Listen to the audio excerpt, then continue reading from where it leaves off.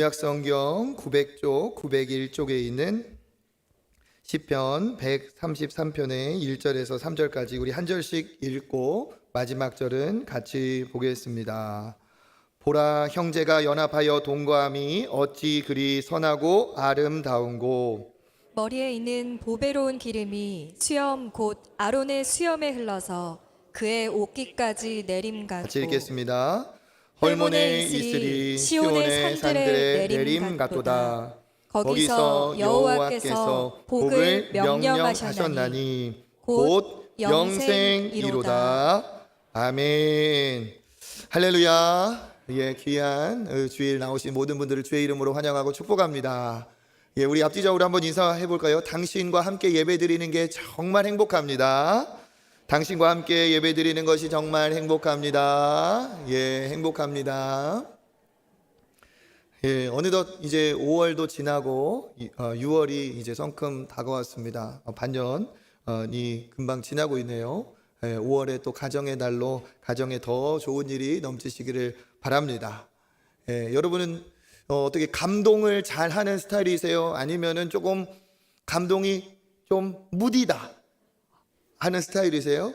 네, 좀 어릴 때는 우리가 감동도 많이 하지만 나이가 들면 들수록 뭐 그냥 놀랄 것도 없이 그렇게 조금 무뎌가는 것 같습니다. 그런데 정신 건강이 좋을수록 감동을 하는 사람이 좋다고 하더라고요. 그죠? 마음이 젊을수록 감동을 더 많이 한대요. 감동이 넘치시는 여러분 되시기를 바랍니다. 오늘 예배에도 하나님이 주시는 감동이 여러분의 마음을 터치하시기를 주님의 이름으로 축복합니다. 지난주에 만났는데 뭐가 감동이냐?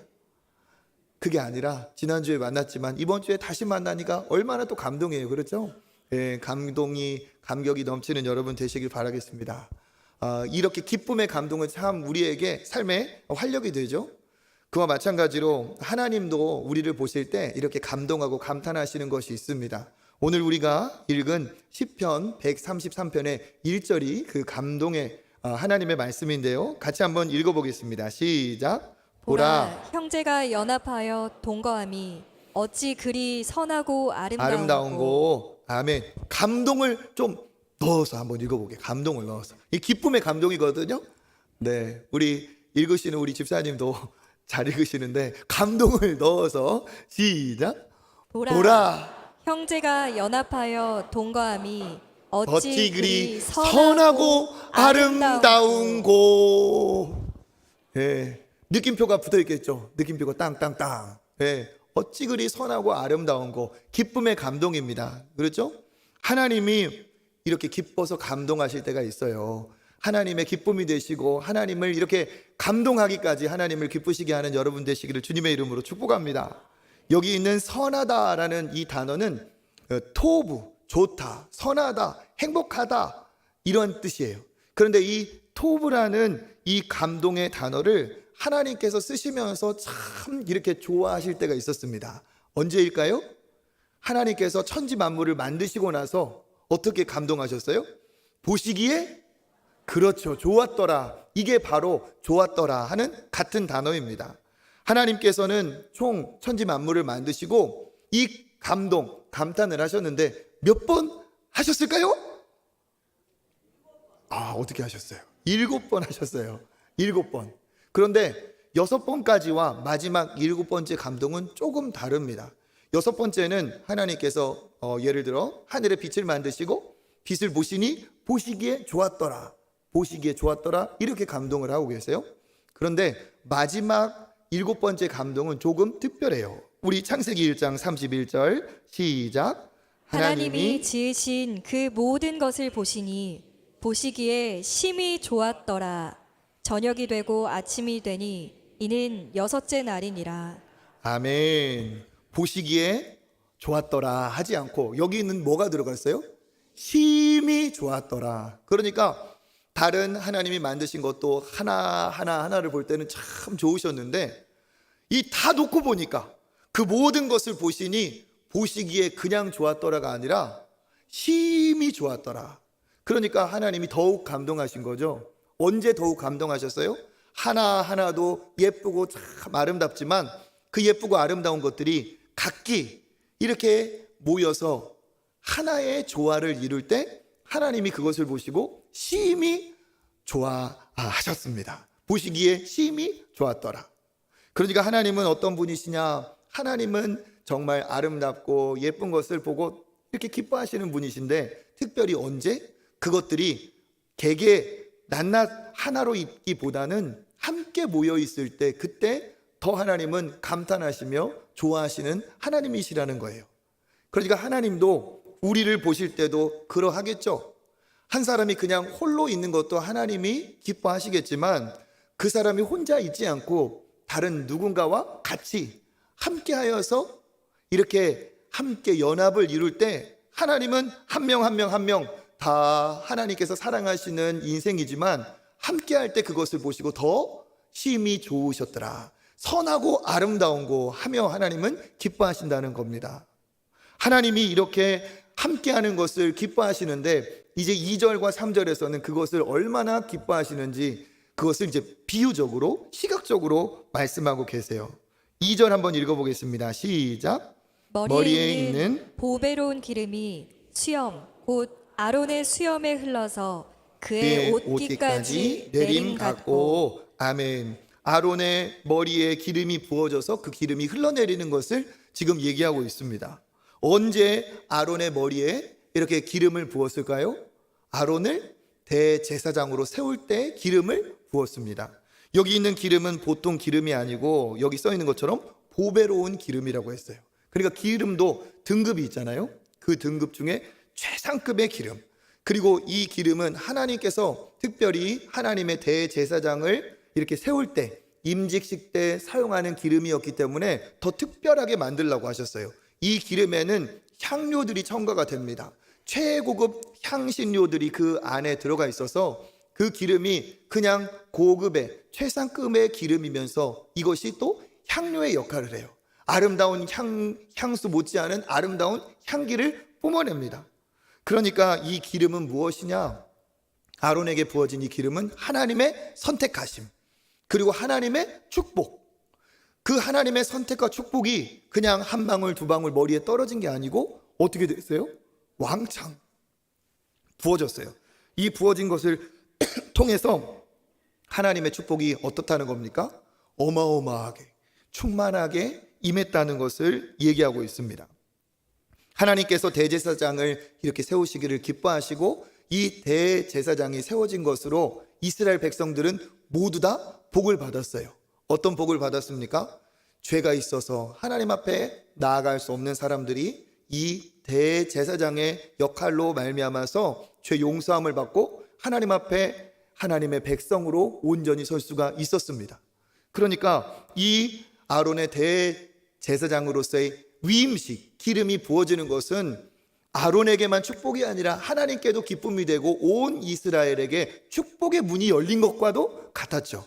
그러니까 하나님은 형제의 연합이 이렇게 기쁜 일이고 우리 백성, 하나님의 백성들에게도 큰 축복이 된다는 것을 오늘 이렇게 얘기하고 있어요. 3절 상반절에도 비슷하게 그 이미지화하고 있죠. 우리 상반절 읽어보겠습니다. 시작. 헐몬의 이슬이 시온의 산들의 내림 같도다. 아멘. 헐몬의 이슬. 이 헐몬은 무엇을 나타낼까요? 산의 이름이죠. 헤르몬산이라고도 해요. 헐몬산은 그 이스라엘 백성 중에 그 지대에서 가장 높은 산입니다. 그 높은 산에 이제 구름이 지나가다가 구름이 걸리고, 이 구름이 무거우니까 어떻게 해요? 이제 그 땅으로 내려오는 거예요. 그때 이제 이슬이 생깁니다. 그런데 그냥 이슬이 산에 내리는 것이 그냥 지극히 당연한 건데 이것이 왜 축복이냐? 그 나라 배경이 있어요. 거기는 우기도 있지만 무엇도 있어요? 비가 오지 않는 건기도 있습니다. 건기가 되면 산이 완전히 마르고 그냥 이 땅이 메말라 버리죠. 그러면 식물, 동물, 생명이 살 수가 없습니다. 그런데 이 건기에 생명수 역할을 하는 것이 있습니다. 그게 무엇일까요? 바로 이슬이에요. 구름이 가다가 그 건기에 구름이 지나가다가 산에 걸려서 이슬로 내려요. 그러면 그 이슬의 양이 상당하다고 합니다. 그러면 내린 이슬이 어때요? 식물에게는 이게 양식이 되고 공급하는 이제 생명수가 되어서 풀이 살아나고 나무가 살아나고 풀과 나무가 살아나면 동물들이 같이 살아나죠. 그리고 이 이슬이 모여서 어떻게 해요? 요단강의 그 물줄기가 된대요. 그러니까 이 헐몬산의 이슬은 이스라엘 모든 생명의 근원과도 같죠. 그러니까 이 이슬이 온다는 것은 기뻐할 일이고 축복할 일입니다. 그러니까 하나님께서 헐몬의 이슬이 시온에 내린 같도다 하는 것은 뭡니까? 하나님의 그 성도의 연합이, 형제의 연합이 이렇게 하나님 보실 때도 기쁨이 되고 모든 백성에게도 축복이 된다는 사실입니다. 그러니까 하나님은 무엇을 기뻐하시느냐? 하나님은 혼자 있기보다 그 헐몬산에 이슬이 내리듯이 아론에게 기름이 부어져서 그때부터 모든 백성에게 구원의 문이 열리듯이 하나님은 홀로 있기를 하나님 기뻐하지 않으시고 우리가 혼자가 아닌 누군가와 함께하기를 하나님이 원하신다는 거예요. 그래서 하나님이 아담을 창조하실 때 그를 혼자 있는 모습을 보시고 어땠어요? 안타까워하셔서 그를 위해서 하와를 지으셨죠. 창세기 2장 18절 읽어보겠습니다. 사람이 혼자 사는 것이 좋지 아니하니 내가 그를 위하여 돕는 배필을 지으리라 하시니라. 아멘. 사람이 혼자 사는 것이 하나님 보실 때는 좋지 않게 배웠어요. 이거는 꼭 부부관계도 이를 얘기하는 거지만 부부관계 아니어도 우리가 홀로 있는 것을 하나님이 그렇게 기뻐하지 않는다는 뜻입니다. 하나님은 혼자 있는 것을 기뻐하지 않고 누군가와 함께 하기를 원하신다는 거예요. 그리고 그것이 축복이라고 얘기하십니다. 어떤 사람은 이렇게 얘기하는 사람이 있어요. 인생은 어차피 공수래 공수고 빈주먹 붉은 피로 태어났다가 내 한 몸을 위해서 살다가 그렇게 가겠다. 인생은 독고다이. 막 이런 사람 있잖아요. 그죠? 이걸 하나님은 기뻐하지 않는다는 거예요. 혼자 잘났다고 혼자 힘 있다고 혼자만 질주하는 것을 하나님이 기뻐하는 게 아니라 함께 그가 아무리 잘나고 아무리 힘이 있다고 해도 함께하는 것을 하나님이 아론에게 기름이 부어진 것처럼 그 시온에 이슬이 내리는 것처럼 하나님께서 기뻐하신다 얘기하고 있습니다. 그러니까 하나님은 어떤 분이시냐? 창조의 원리대로 홀로 있기를 그냥 두지 않고 함께 누군가와 같이 그러기를 하나님이 원하신다는 거예요. 그러니까 우리가 하나님의 감동이 되고 우리를 보실 때 하나님이 감탄하시는 건 뭘까요? 혼자가 아닌 누군가와 함께 하는 거라는 거죠. 어떻게 이러한 함께를 이루어 가느냐? 오늘 말씀에 그대로 써 있습니다. 형제가 어떻게 하여 동거한다고 써 있습니까? 연합하여 동거한다고 써 있어요. 형제의 연합하여 동거함이 어찌 그리 선하고 아름다운가. 이 연합이 오늘 우리 이 말씀의 핵심 단어입니다. 연합을 통해서 동거가 가능하다는 거예요. 그냥 혼자 장소적으로 사람들과 모여 있는 것은 연합하여 동거함이 아니라는 거죠. 몸이 있으면 마음도 함께하는 그 연합이 하나님이 기뻐하시는 모습이라는 겁니다. 그러면 이 연합의 의미는 무엇일까? 연합의 의미를 잘 알기 위해서 비슷한 단어를 비교하면 됩니다. 연합하고 비슷한 단어 중에 일치라는 단어가 있어요. 그렇죠? 좀 비슷해. 일치한다는 거나 연합한다는 거나 하나가 된다는 의미는 비슷합니다. 그런데 연합하고 일치를 비교해 보면 일치는 뭐 어떤 차이가 있나요? 하나가 되긴 하나가 되는데 완전히 어떻죠? 똑같아서 포개어지듯이 하나가 되는 것이 일치한다. 그렇죠? 그런데 하나님이 너희들이 일치하여 연합한다, 일치하여 동거한다 하지 않고 연합하여 동거한다라고 한 이유는 뭘까요? 연합은 일치와 다른 점이 있어요. 어떤 다른 점이 있죠? 그렇습니다. 이렇게 서로가 다름이 있는데 그 다름이 있음에도 불구하고 그것이 조화롭게 하나를 이루는 것이 그것이 연합이죠. 그러니까 시각적으로 보여드리면 일치는 뭡니까? 이 손바닥이 두 가지라면 어떻게 해요? 딱 이렇게 포개어지는 것이 일치. 연합은 뭡니까? 다르지만 다름이 서로 만나서 연합이 되면서 이렇게 딱 하나가 되는 것이 이게 뭐예요? 이게 연합이에요. 그러니까 하나님이 원하시는 것은 일치가 아닌 연합을 통해 하나를 이루는 겁니다. 왜 하나님은 연합을 통해 동거해야 하라 하셨을까요?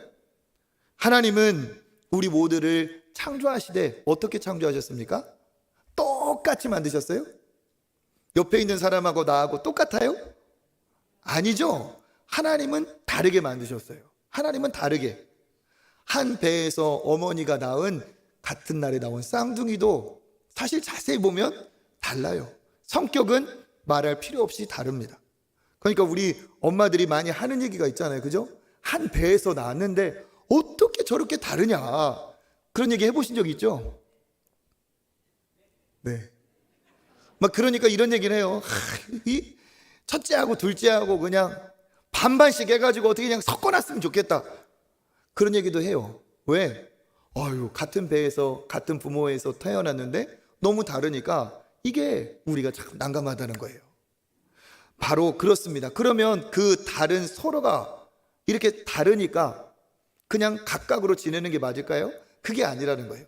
한 형제, 한 자매라면 다르지만 하나를 이루는 것이 부모의 기쁨인 것처럼, 하나님이 보실 때 나와 너는, 우리는 각각 다르지만 하나님이 기뻐하시는 하나를 이룰 때 하나님이 기뻐하신다는 사실입니다. 일치와 연합은 그래서 차이가 있어요. 연합은 일치보다 훨씬 더 풍성합니다.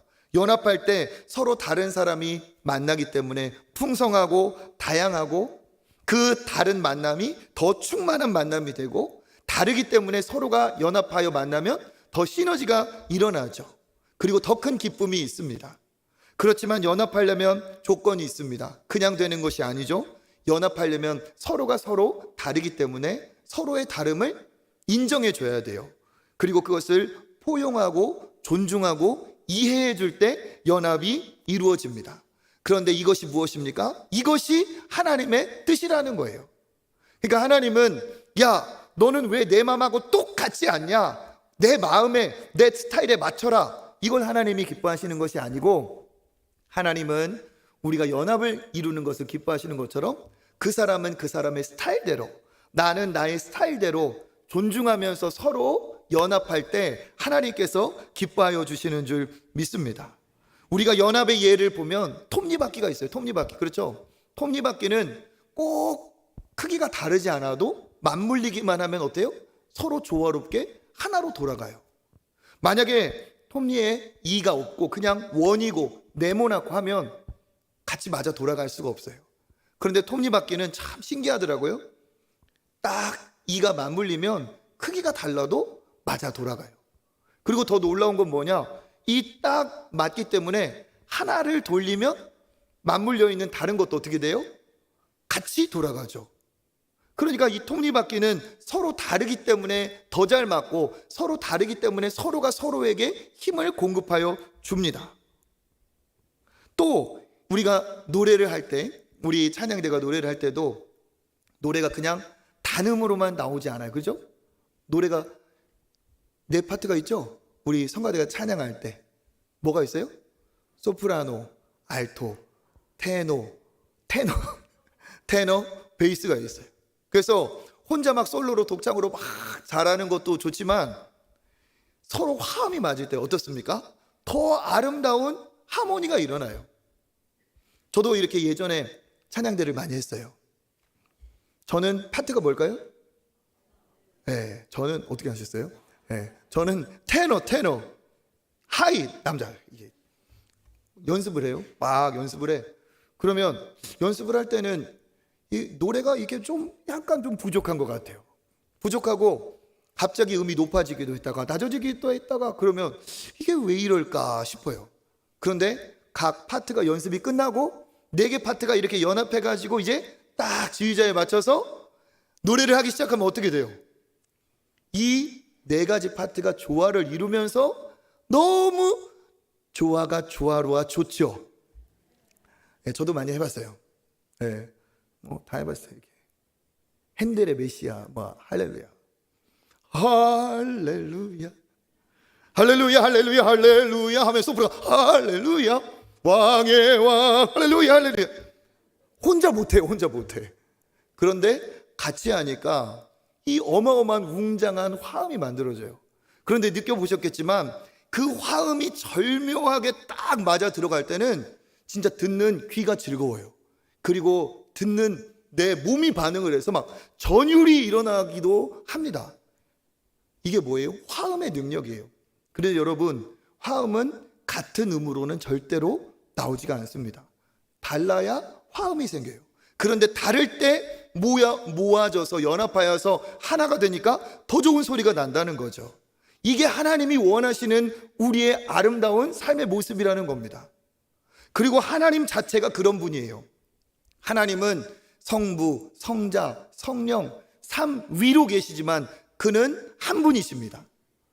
성부, 성자, 성령으로 계시지만 그는 한 분이시기 때문에 셋이 아니라 성부, 성자, 성령, 삼위가 완벽하게 하나를 이루신 분이에요.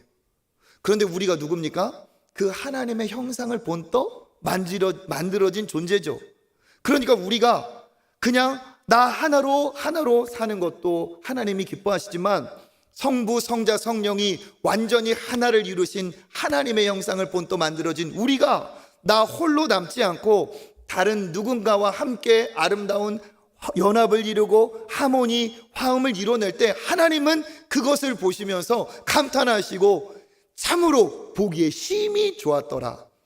어찌 저리 선하고 아름다운고, 하나님께서 그렇게 감탄을 하신다는 뜻입니다. 그러니까 우리의 삶은 어떤 방향으로 가야 되느냐? 나 혼자 살면 돼. 나 혼자 우리 집만 잘 되면 돼. 이게 하나님이 기뻐하시는 모습이 아니죠. 어떻습니까? 함께 연합하여 가는 것을 하나님께서 기뻐하여 주시는 줄 믿습니다. 그래서 우리가 연합을 이루어야 될 때 그 연합을 이루는 그 대상이 있어요. 형제가 연합하여 동거함이 어찌 그리 선하고 아름다운고 했어요. 그러니까 우리가 연합을 이루어야 될 대상은 누구라는 겁니까? 형제가 뭐죠? 좁게 말하면 혈연, 가족이에요. 그러니까 하나님이 보시면서 진짜 기뻐하시는 모습은 가족이 하나님이 보실 때 아름다운 연합을 이루어서 하나를 이룰 때 하나님이 기뻐하십니다. 가정이 하나 될 때 하나님이 그것을 보시고 감탄하시고 그걸 보시면서 하나님이 기뻐하세요. 그러니까 신앙인의 노력은 첫 번째 무슨 노력이어야 되느냐? 가정이 연합하여 하나 되는 것을 우리가 노력해야 됩니다. 가정에도 핵심이 있습니다. 부모도 있고 자녀도 있어요. 그렇지만 이 가정의 핵심 단위가 있습니다. 가정의 핵심이 누굴까요? 자식? 아니죠. 가정의 핵심은 하나님이 아담과 하와를 만나게 하시면서 무엇이 됐어요? 가정이 되었죠. 그러니까 가정의 핵심은 무엇이냐? 부부예요. 부부. 그러니까 가정이 행복하려면 누구부터 행복해야 되고, 가정이 화목하려면 누구부터 화목해야 됩니까? 부부부터 서로 화목해야 됩니다. 부부 관계가 좋지 않고 부부 관계가 연합이 이루어지지 않는데 그 가정이 행복할 리가 없어요. 그러니까 하나님은 우리에게 뭐라고 말씀하시느냐? 가정을 이룬 순간부터 부부는 하나라고 얘기하세요. 둘이지만 하나다. 마가복음 10장 우리 7절에서 9절 같이 한번 읽어보겠습니다. 이러므로 사람이 그 부모를 떠나서 그 둘이 한 몸이 될지니라. 이러한즉 이제 둘이 아니요 한 몸이니, 그러므로 하나님이 짝지어 주신 것을 사람이 나누지 못할지니라 하시더라. 아멘. 여기 있는 것처럼 사람이 부모를 떠나서 그 둘이 어떻게 돼요? 하나를 이룬다고 했죠. 하나. 그리고 이 둘은 이제부터 두 몸이 아니고 한 몸이고 하나님이 짝을 지어주신 거라고 얘기했어요. 그러니까 부부 역시도 남편이 아내가 되고 아내가 남편이 되고 이게 아니라 남편은 남편대로 아내는 아내대로 존재하지만 하나님이 하나를 이루게 하셔서, 연합을 이루게 하셔서 하나를 이루게 하신다는 겁니다. 가정이 행복하려면 그러니까 부부가 연합해야 돼요. 부부의 연합, 부부의 화목. 여러분 잘 이루고 계시죠? 네, 몇 분 잘 이루고 계세요? 저절로 됩니까? 저절로 돼요? 안 돼요. 노력이 필요합니다. 어떤 사람은 이런 노력을 해요. 그래, 내가 내 스타일대로 내 아내를 뜯어 고쳐서 내가 화목을 이루어야지. 반대로 어떤 이제 여자분은 내가 내 남편을 저걸 그냥 완전히 그냥 어떻게든 고쳐내가지고 내가 화목을 이루고 연합을 이루어야지. 주도권을 잡아야지. 그래, 결혼한 다음에 초장에 잡자. 아, 내가 초장에 못 잡아서 지금 굉장히 밀리는구나. 어떻게 주도권을 잡을 것인가. 그런데 이건 하나님이 말씀하시는 연합의 원리가 아니죠. 내 스타일대로 뜯어 고쳐서 일치를 시키는 건 연합이 아닙니다. 하나님은 어떠냐? 하나님은 그 사람의 다름을 인정하면서 하나를 이루기를 원하세요. 그러니까 이겨가지고 내가 정복해서 이루는 하나됨이 아니라는 겁니다. 내가 남편 이겨서 뭐해요? 내가 아내를 이겨서 뭐해요? 금메달 줍니까? 아내를 이겨서 승리했더니 막 동네 입구에다가 막 현수막 걸려가지고 누구 아내에게 대승리 막 그게 붙어 있어가지고 야 저기는 다 이겼더라 나도 이겨야지 그럽니까? 안 그래요. 의미가 없어요. 이겨도 이긴 게 아닙니다. 더 슬픈 일이 벌어지죠. 하나님이 만드실 때 부부는 동등의 관계로 만드셨어요. 차이가 있게. 그러니까 진리의 문제가 아닌 이상은 다른 것을 뜯어 고치려고 하는 것이 아니라 그의 다른 점을 인정해주고 존중해주고 보완해주고 이해하고 포용하면서 연합을 이루어 하나를 이루게 주님이 원하신다는 사실입니다. 그러니까 아담을 만드신 하나님이 하와를 만드실 때 그를 어떠한 사람으로 만드셨느냐? 돕는 배필로 만드셨죠. 돕는 배필. 돕는다는 그 의미 안에 남자는 약간 부족하다는 것이 의미가 있어요. 도움이 필요한 존재라는 겁니다. 도와준다는 것은 아무나 도와줄 수 없어요. 도와줄 수 있는 능력이 있어야 도와줍니다. 그러니까 아내가 돕는 자라는 것은 보조 혹은 그냥 조수, 있어도 되고 없어도 되는 존재가 아니라 남자는 연약한 존재로서 온전하여 지려면 도움이 필요한데 그 도움은 오직 돕는 배필인 아내만 해줄 수 있다는 거예요. 요즘도 경기를 보면 감독이 있고 선수가 있어요. 그런데 감독이 옆에서 도와주죠. 그런데 그 감독은 사실 어떤 사람입니까? 선수 시절부터 뛰어났던 사람이 대부분 좋은 감독이 돼요. 그러니까 내 곁에 아내가 돕는 배필이라는 것은 하나님이 그냥 있어도 되고 없어도 되는 그냥 부록 그런 조수 그런 존재가 아니라 반드시 필요한 존재라는 거예요. 그러니까 남성은 어떻게 해야 됩니까? 부부의 관계에서 나에게 돕는 배필로 주신 아내의 말을 어떻게 해야 된다? 잘 들어야 된다 하는 것이 남성이 새겨야 되는 거예요. 남성들 인정하셔야 됩니다. 성경이 그렇게 쓰여 있으니까. 반대로 여성은 어떻게 생각해야 됩니까? 나는 뭐 돕는 사람이니까 뭐 있어도 되고 없어도 되지. 아니라는 거예요. 하나님이 돕는 자로 꼭 필요하니까 붙여주셨어요. 이 돕는 배필이라는 이 돕다라는 단어가 신약에서는 보혜사라는 단어로 쓰여요. 보혜사가 뭡니까? 하나님이 우리의 보혜사예요. 그러니까 능력이 있는 보혜사, 도우미로 하나님께서 아내를 붙여주셨다는 사실입니다. 그러니까 남자는 혼자 질주하면 안 되고 남자는 여성의 도움을 받고 조언을 받아서 함께 할 때 이게 아름다운 가정의 연합이 되고 여기에서 부부가 화목할 때 부모도 자녀도 행복한 가정을 이룰 수 있다는 것이 이게 성경의 원리입니다. 그래서 우리가 형제가 연합하여 하나님이 기뻐하시는 감동은 가정의 화목을 통해서 하나님이 기뻐하신다는 거예요. 가정의 화목을 이루시는 여러분 되시기를 축복합니다. 혹 내 곁에 있는 배우자가 마음에 안 든다면 오히려 내 자신을 돌아봐야 돼요. 이게 신앙인의 자세입니다. 참, 왜 이렇게 안 맞을까? 이 남자는 왜 이럴까? 이 여자는 왜 이럴까? 할 게 아니라 그렇게 남을 지적하는 내가 나 중심이라는 거예요. 하나님은 나 중심이 아니라 상대 중심이길 원하고 하나님은 그 사람을 바꾸기 전에 내가 변화되기를 원하시는데 내가 그것을 나 중심으로 해석한다는 것은 내가 내 이기적인 나의 중심이 과하다는 겁니다. 오히려 어떻게 해야 돼요? 남을 바꾸려고 하는 사람은 내 자신을 돌아볼 수 있는 그러한 영적 안목이 있어야 됩니다. 그래서 늘 어떻게 해요? 옆에 있는 배우자를 어떻게 해요? 존중해야 돼요. 네. 이름도 배우자잖아요. 잘 배우자. 옆에 있는 사람이 어떤 사람인지 잘 배우자. 그래서 하나를 이루자. 또 하나님이 기뻐하시는 이 형제관계가 뭐냐? 혈연으로는 이 우리 가족이지만 또 하나님 아버지를 한 아버지로 둔 우리 역시, 저와 여러분 역시 뭡니까? 영적 가족이에요. 그러니까 영적인 이 한 가족인 믿음의 공동체 교회는 또 어떻게 해야 됩니까? 하나를 이루고 연합하기를 애써야 됩니다. 김 집사님과 나는 왜 이렇게 다를까? 참 다른 사람이 어떻게 우리 사랑방에 우리 순원으로 모였을까? 이렇게 할 게 아니라 다른 사람이 있으니까 조화를 이루고 화음을 이루어야겠다 하는 것이 이게 우리의 노력이 되어야 된다는 거예요. 이건 거저되지가 않죠. 겸손과 온유와 오래 참음과 사랑과 용납함으로 돼요. 성경 그대로 쓰여 있습니다. 에베소서 4장 1절부터 3절 읽어보겠습니다.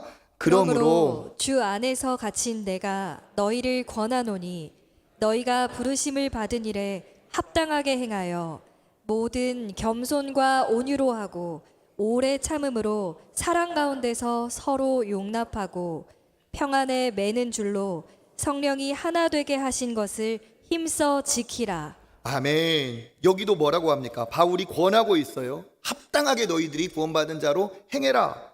모든 겸손과 온유로 오래 참음으로 사랑 가운데서 서로 용납하여 하나 되게 하라. 여기 있는 것처럼 성령이 하나 되게 하신 것을 힘써서 지켜라 얘기하고 있어요.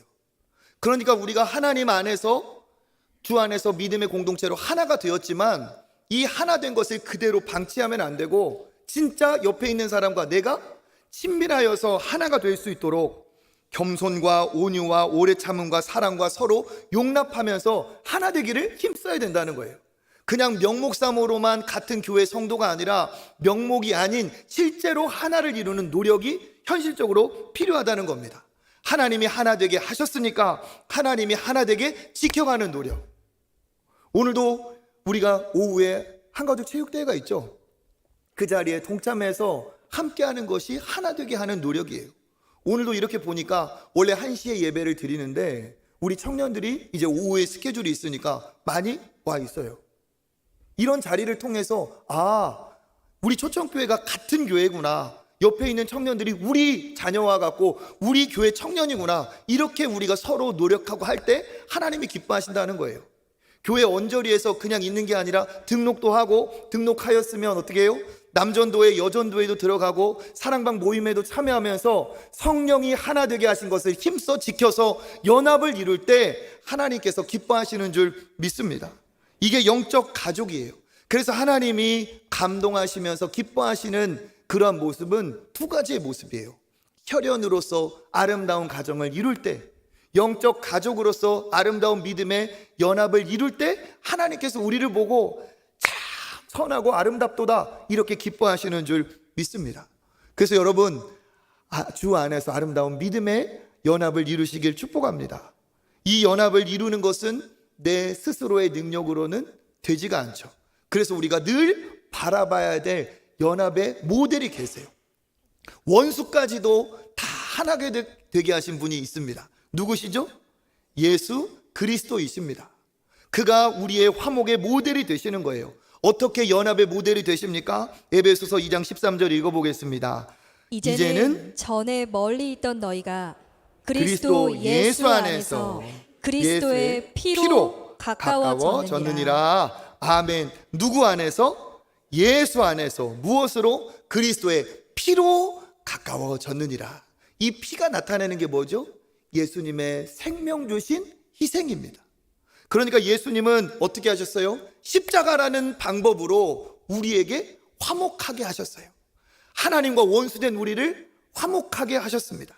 에베소서 2장 16절도 한번 읽어보겠습니다. 또 십자가로 이 둘을 한 몸으로 하나님과 화목하게 하려 하심이라. 원수된 것을 십자가로 소멸하시고. 아멘. 하나님과 화목하게 하셨는데 원수된 것을 무엇으로 소멸하셨다고요? 십자가로 소멸하셨습니다. 그러니까 우리가 원래 죄인이기 때문에 우리가 십자가를 져야 돼요. 하나님과 원수된 우리는 절대로 우리의 노력으로 하나님과 연합할 수가 없습니다. 그런데 누가? 예수 그리스도께서 우리를 위해 십자가를 짊어지시고 우리의 모든 죄를 십자가에서 다 덮으셔서 내가 죽어야 되는 그 벌을 누가? 예수님이 대신 받으셨어요. 이 모든 희생으로 말미암아서 하나님과 우리가 어떻게 할 수 있습니까? 다시 화목하는 연합이 이루어졌다는 사실입니다. 그러니까 이 연합은 예수께서 십자가로 이루셨어요. 십자가는 무엇이냐? 달리 말하면 자리를 바꾼 것입니다. 벌 받아야 될 나를, 나에게 어울리는 그 십자가의 그 사형틀을 하나님이 예수님을 보내셔서 자리를 바꾸게 하셨어요. 십자가에는 내가 아닌 그분이 올라가셨습니다. 그리고 그는 자기의 영광스러운 자리를 우리에게 어떻게 해요? 내어주셨어요. 그래서 내가 죽어야 될 십자가에서 그가 모든 죄를 담당하시고 그가 십자가에 죽으심으로 우리에게 영광의 자리를 선물해 주셨어요. 자기의 생명을 다해서. 이것을 통해 우리는 하나님과 화목하고 이웃과 화목하게 되었어요. 그러니까 이 연합의 원리는 다른 것이 아니라 십자가의 원리로만 가능한 줄 믿습니다. 내가 살아서 내 능력으로 그렇게 화목할 수가 없어요. 어떻게? 내가 죽고 옆에 있는 사람을 살리고자 할 때 연합이 이루어집니다. 내가 내 모든 욕심, 이기심, 내 자기 중심을 십자가에 못 박고 나를 통해 예수님이 드러나게 하실 때 연합이 이루어집니다. 내 자리에 서서, 남편의 자리에 서서 아내를 지적할 때 절대로 이루어지지 않습니다. 남편이 자기의 자리에서 내려와서 예수님이 십자가와 영광의 자리를 우리를 위해 바꿔주신 것처럼 내가 내려와서 내가 수고하는 아내의 자리에 설 때 비로소 내가 연합할 수 있는 비결이 보이는 겁니다. 아내 역시도 내 자리에서만 독박 육아, 진짜 힘들다, 어렵다, 이게 아니라 나를 죽이고 내가 남편의 자리에 서서 남편의 자리에서 한번 생각을 해보는 거예요. 그때 어떻게 됩니까? 그때 실마리가 열린다는 사실입니다. 내가 살면 살수록, 내가 대접받으려고 하면 할수록 연합은 이루어지지 않습니다. 누가 죽고? 내가 죽고 예수님이 사시도록, 내가 죽고 곁에 있는 이 사람이 살도록 할 때 비로소 연합이 열려요. 그래서 예수님은 어떻게 하셨느냐? 너 중심으로 살지 말고 옆에 있는 그 사람 중심으로 살아라. 네가 대접받으려고 하지 말고 대접하려 살아라. 누가복음 6장 32절 읽어보겠습니다. 남에게 대접을 받고자 하는 대로 너희도 남을 대접하라. 아멘. 대접을 받고자 하는 대로 대접받고 살아라. 그렇게 하지 않으셨어요. 대접받고자 하는 대로 어떻게 해라? 대접을 하면서 살아라. 이것이 예수님의 명령입니다. 이기적인 내가 살면 절대로 연합이 이루어지지 않습니다. 예수님이 사실 때, 내가 아닌 남이 살 때 연합이 이루어져야 됩니다. 그러니까 누가 죽어야 됩니까? 내가. 그리고 또 다른 표현을 하면 누가 죽어야 돼요? 제일 힘 있는 사람이 죽어야 돼요. 예수님 가장 능력 있는 그분이 우리를 위해서 죽으셨기 때문에 우리에게 소망이 있는 것처럼, 가정이라 한다면 가정에서 제일 힘센 사람이 자기의 모든 것을 내려놓고 비우고 죽어 내어줄 때 가정에 화목이 있습니다. 여러분, 가정의 서열 1위가 누구예요? 아버지 맞습니다. 어느 집은 꼭 아버지는 아니더라고요. 누가 서열 1위건 간에 상관없어요. 그 사람이 자기를 비우고 자기를 죽이고 낮아질 때 그때 어때요? 그 가정에 화목이 이루어집니다. 그렇게 화목이 이루어지고 연합할 때 하나님은 기뻐하셔서 하나님은 복을 주시는 거예요. 시편 133편에 우리 3절의 하반절 읽어보겠습니다. 거기서 여호와께서 복을 명령하셨나니 곧 영생이로다. 아멘. 거기에서 복을 명령하셔서 영생을 주신다 했죠. 이 거기서는 그럼 뭐예요? 형제가 연합하는 그 지점이에요. 연합하여서 어떻게 돼요? 어떻게 연합이 돼요? 내가 죽고 그가 살고 함께함으로 연합할 때 거기에 복이 있습니다. 내가 연합을 위해서 내 복을 버렸는데, 내가 그를 살리기 위해서 내 생명을 희생시켰는데 억울해서 다 잃어버려서 어떡하나 할 필요가 없다는 거예요. 남을 살리기 위해서 내 것을 내어주고 남을 살리기 위해서 내 생명을 나누었을 때 하나님은 거기에서 여호와께서 명령하셔서 복을 주시고 영생을 주시는 줄 믿습니다. 그러니까 내가 복을 나누어주면 나누어준다고 해서 잃어버린 것이 아니고 나누어주는 거기서 하나님이 우리에게 복을 채워주시는 줄 믿습니다. 내가 살아야지 할 때 하나님이 영생을 주시는 것이 아니라 기꺼이 내 가정을 위해서, 이웃을 위해서, 교회를 위해서 내 생명까지 내어주어야겠다 하며 내어줄 때 하나님은 내 생명 수준이 아닌 영생을 주시는 줄 믿습니다. 하나님은 이 영생의 장소, 또 여기가 어딜까요? 우리가 본 시편은 어디에 올라가는 노래라고 쓰여 있습니까? 성전에 올라가는 노래죠. 성전에 올라가는 노래. 그러면 이 거기는 어디예요? 성전, 예배의 자리죠. 그러니까 하나님이 복을 주시고 영생을 주시는 자리는 어디냐? 하나님 앞에 나올 때 예배의 자리, 성전의 자리에서 하나님이 복을 주십니다.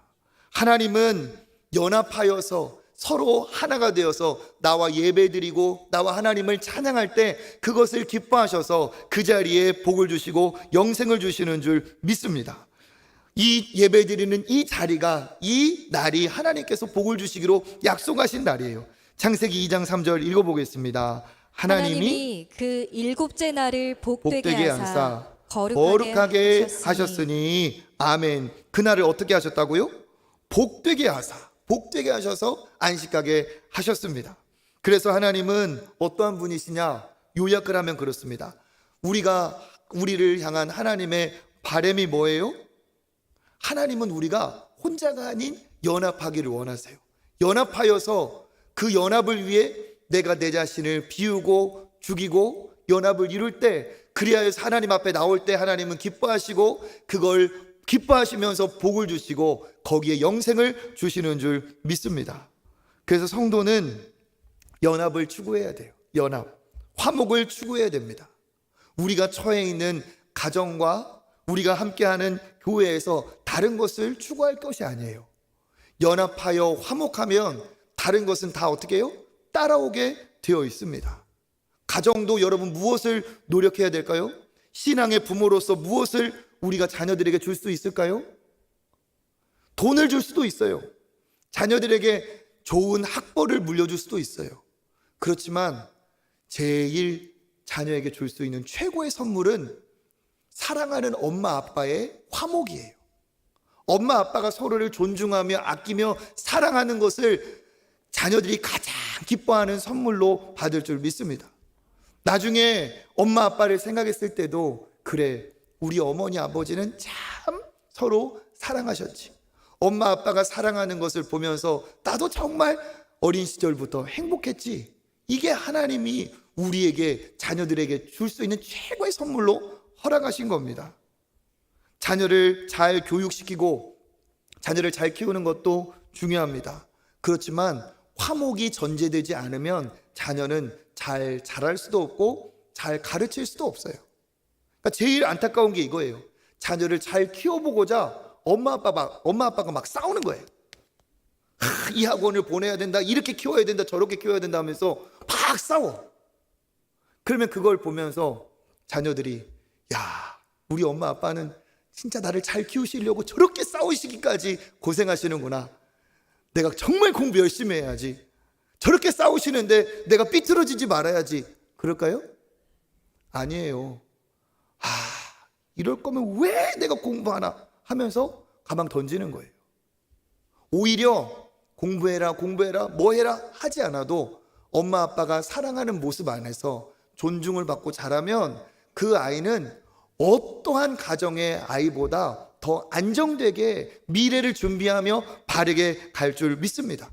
핵심은 뭐라는 거죠? 부부의 행복이에요. 다른 사람을 행복하게 해주려고 하지 말고 하나님이 나에게 만나게 하신 배우자, 부부를 행복하게 하려 노력하시는 여러분 되시길 축복합니다. 내가 죽고 아내를 살리는 거예요. 아내는 내가 죽고 누구를 남편을 살리는 거예요. 어떻게 사랑하는 거예요? 내가 죽도록 사랑하는 거예요. 우리 연습 한번 해보겠습니다. 네. 우리가 하나님의 믿음의 공동체로서 그렇게 사랑할 때 하나님 기뻐하시잖아요. 그죠? 옆에 부모님이 계실 수도 있고, 진짜 부부는 꼭 해보세요. 당신을 죽도록 사랑합니다. 시작.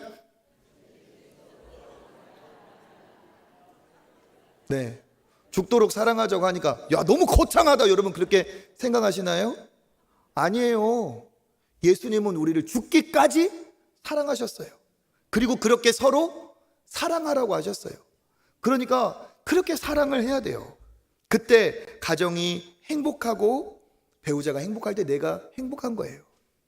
여러분, 저희 가정은 행복할까요? 안 행복할까요? 제 아내 얼굴을 한번 보세요. 언제 행복한지 안 행복한지. 네? 우리 집은 정말 화목합니다. 제가 이게 설교를 어제 준비하면서 아내한테 한번 물어봤어요. 우리 집은 행복하고 화목하냐? 우리 집 어떠냐? 물어봤더니 제 아내가 뭐라고 대답했는 줄 아세요? 우리 집 어때? 우리 집 화목해? 그랬더니 제 아내가 천국 같지. 빈말일까요? 아니에요. 사실입니다. 남편의 설교에 이런 식으로도 도움을 주잖아요. 왜? 제가 힘을 주면 우리 집 절대 행복할 수 없어요. 그냥 아빠라는, 남편이라는 자리 자체에 힘이 들어갈 수 있어요. 근데 제가 힘을 빼고 아내를 살리고 애들을 살리려고 하니까 어떻게 돼요? 가정이 나만 위에서 있는 존재하는 가정이 아니라 우리가 같이 사는 거예요. 우리가. 그때 행복이 옵니다. 우리의 연합이 하나님이 이렇다는 거예요. 다름을 인정하고 존중해 줄 때 행복하다는 겁니다. 가정의 화목을 이루시는 여러분 되시길 축복합니다. 찍어 눌러서 행복은 절대 오지 않아요. 지적해서 저 사람을 내가 바꿔서 행복은 오지 않아요. 그 사람의 그러함을 품어줄 때 그때 새로운 놀라운 이 행복의 문이 열리는 줄 믿습니다. 교회도 마찬가지입니다. 영적인 공동체, 영적인 가족인 우리도 하나님 안에서 행복한 가정과 같이 우리가 연합을 이루어야 될 줄 믿습니다. 그래서 우리 교회를 볼 때 하나님이 야, 보시기에 심히 좋구나. 형제의 연합하며 동거하는 것이 어찌 그리 선하고 아름다운가. 초청교회만 같았으면 좋겠다. 할렐루야. 그러면 얼마나 좋겠어요. 그죠? 저는 그거를 바라고 있습니다. 그래서 저는 하나님이 감탄하시는 교회, 하나님이 보실 때 진짜 기뻐하시는 교회가 되기를 원합니다. 그러려면 어떻게 해요? 싸워요? 아니죠. 화목하고 연합할 때 하나님께서 기뻐하시는 줄 믿습니다. 그래서 저는 지난주에 말씀드렸죠. 목회의 목적은 뭐냐? 저는 영혼 구원이에요. 그런데 제일 중요하게 생각하는 이 교회의 가치, 제가 처음부터 말씀드리고 있어요. 목사님이 제일 중요하게 여기는 교회 안에 가치가 뭡니까? 라고 할 때 저는 뭐라고 대답합니까? 저는 화목이라고 대답합니다. 화목. 뭐 하지 말자? 싸우지 말자. 화목하자. 서로 사랑하자. 화목해야 교회가 선한 영향력을 미칠 수가 있어요. 우리 사도행전 2장 46절 47절 읽어보겠습니다. 날마다 마음을 같이하여 같이하여 성전에 모이기를 힘쓰고 집에서 떡을 떼며 기쁨과 순전한 마음으로 음식을 먹고 하나님을 찬미하며 또 온 백성에게 칭송을 받으니 주께서 구원받는 사람을 날마다 더하게 하시니라. 아멘. 여기에서 뭐라고 말하고 있습니까? 마음을 같이하여 모이기를 힘쓰고, 연합의 얘기죠. 그때 어떻게 됩니까? 온 백성에게 칭송을 받습니다. 칭찬을 받아요. 야, 저기는 진짜 좋은 곳이구나. 저기는 참 사랑이 있구나. 칭찬을 받아요. 그러면 칭찬받는 그곳에 어떤 일이 벌어집니까? 구원받는 일이 날마다 더하게 되는 거예요. 여러분 생각해 보세요. 우리 교회가 화목하고 행복할 때 어떻게 됩니까? 옆에 있는 사람들에게 예수님을 말하고, 어느 교회 와봐라? 그래, 우리 교회 와봐라. 초청교회 와봐라 하는 거예요. 그런데 교회가 싸우고 갈등이 있으면 정말 아이러니하게 어떤 일이 벌어지는 줄 압니까? 너도 예수님 믿어봐라. 너도 하나님 사랑하신다. 막 이렇게 하다가 그런데 우리 교회는 오지 말고 어디 좋은 교회 찾아가라. 얼마나 비극이에요. 얼마나 비극. 왜? 갈등하고 싸우면 절대로 구원의 역사가 일어나지 않습니다. 화목해야 칭찬받아야 전도도 되는 거예요. 그러니까 뭡니까? 교회의 매력 어디에 있습니까? 화목에 있어요. 교회가 싸우면 교회의 매력을 잃어버리고 영향력도 소멸되고 비호감의 교회가 되어버립니다. 왜? 싸우기 때문에, 하나 되지 않기 때문에. 교회 안에 정말 아픔이 있는 교회들이 많아요. 고소 고발을 비롯하여 갈등과 분쟁이 있는 교회들이 있습니다. 볼 때 얼마나 마음이 아픈지 모릅니다. 그때 구원의 역사가 일어날까요? 아니라는 겁니다. 구원의 역사는 하나 될 때, 갈등하고 싸울 때는 사탄 마귀는 기뻐서 춤을 출 거예요. 그렇지만 하나님은 눈에서 피눈물이 날 겁니다. 저는 우리 교회가 화목한 교회, 하나님이 기뻐하시는 교회 되길 간절히 원합니다. 그래서 교회 안에서도 갈등의 여지가 있는 말, 비판하는 말, 부정적인 말은 가급적이면 안 하는 게 좋아요. 혹여라도 누가 그런 얘기를 하는 것을 들었다면 여러분 이렇게 말하세요. 집사님, 오늘 그 얘기 나한테 한 걸로 그만두시고 그만하시고 이제는 입 다물고 뭐 합시다? 기도합시다. 이렇게 할 때 하나님께서 기뻐하여 주실 줄 믿습니다. 여러분, 하나님이 기뻐하시는 건 연합과 화목이에요. 가정이 연합해야 되고 교회가 연합해야 됩니다. 어릴 때 한번 생각해 보세요. 언제 제일 속상하고 집에 들어가기 싫었어요? 엄마 아빠가 싸울 때 제일 힘들었어요. 그런데도 불구하고 그와 같은 실수를 범하는 분이 없기를 간절히 원합니다. 그래서 저는 제 아내하고 협의했어요. 무슨 얘기를 했느냐? 부모로서 우리 자녀에게 무엇을 선물해 줄 수 있을까? 학벌, 돈, 우리는 불가능하다. 그렇지만 제일 좋은 화목한 가정을 우리 자녀들에게 선물하자. 좀 그랬어요. 그래서 저는 화목한 가정을 이루는 게 가장 중요합니다. 제가 가정이 화목하지도 않은데 다니면서 할렐루야, 여러분 축복합니다, 화목하세요, 그러면은 말이 돼요? 안 되는 거예요. 집에서는 막 아내는 울고 있고 막 아이들은 막 돌아다니고 막 아빠의 빈자리가 있는데 막 이러고 다니면 그건 무슨 제가 나라를 구하는 독립투사입니까? 아니에요. 내 부부, 가정이 행복할 때 바깥의 일도 잘 되는 것이고 내 가정이 잘 될 때 하나님께서 다른 곳에도 은혜를 주시는 줄 믿습니다. 우리 다음 세대에게 무엇을 선물해 줄까요? 자녀들에게는 좋은 화목한 가정을 선물하는 것처럼 우리 믿음의 다음 세대에게는 좋은 화목한 교회를 선물해 줘야 돼요. 요즘에도 많은 젊은이들이 진짜 시험에 들어있는 사람 많아요. 왜? 어릴 때 자기가 다닌 교회가 싸움이 일어났어요. 그러다 보니까 교회에 대한 회의감이 찾아와서 교회를 떠난 청년들이, 그런 젊은이들이, 그런 사람들이 실제로 많아요. 우리는 진짜 여기 청년들도 많이 있어요. 진짜 우리 청년들에게 부끄럽지 않은 교회, 하나님이 기뻐하시는 교회, 우리 청년들이 직장에 가든 학교에 가든 우리 교회 와봐라 할 정도로 하나님이 기뻐하시는 화목한 교회를 이루기를 간절히 축복합니다. 그 교회를 선물해 주어야 됩니다. 여러분, 벌써 6월이 되었습니다. 시간 참 빨리 가잖아요. 그렇죠? 이렇게 시간이 빠른데 싸울 시간이 어디 있습니까? 그렇죠? 사랑하고 화목하기도 모자란 시간이에요. 그래서 여러분, 연합과 화목을 이루어 가시는 여러분 되시기를 간절히 바랍니다. 자, 마지막으로 한마디 할게요. 제가 이제 2부 설교를 마치고 예배를 마치고 이렇게 있는데 그런 생각이 들어요. 내가 마음껏 화내도 좋은 사람, 내가 화내도 그냥 들어주는 사람, 어쩌면 바보처럼 그렇게 내 곁에 있는 사람 누군가? 누가 되어도 나한테 제일 만만한 사람이겠죠. 엄마일 수도 있고 부모일 수도 있고 자녀일 수도 있어요. 그런데 가만히 생각해 보니까 그렇게 막 화내도 되는 그 사람이 나한테 제일 좋은 사람이더라고요.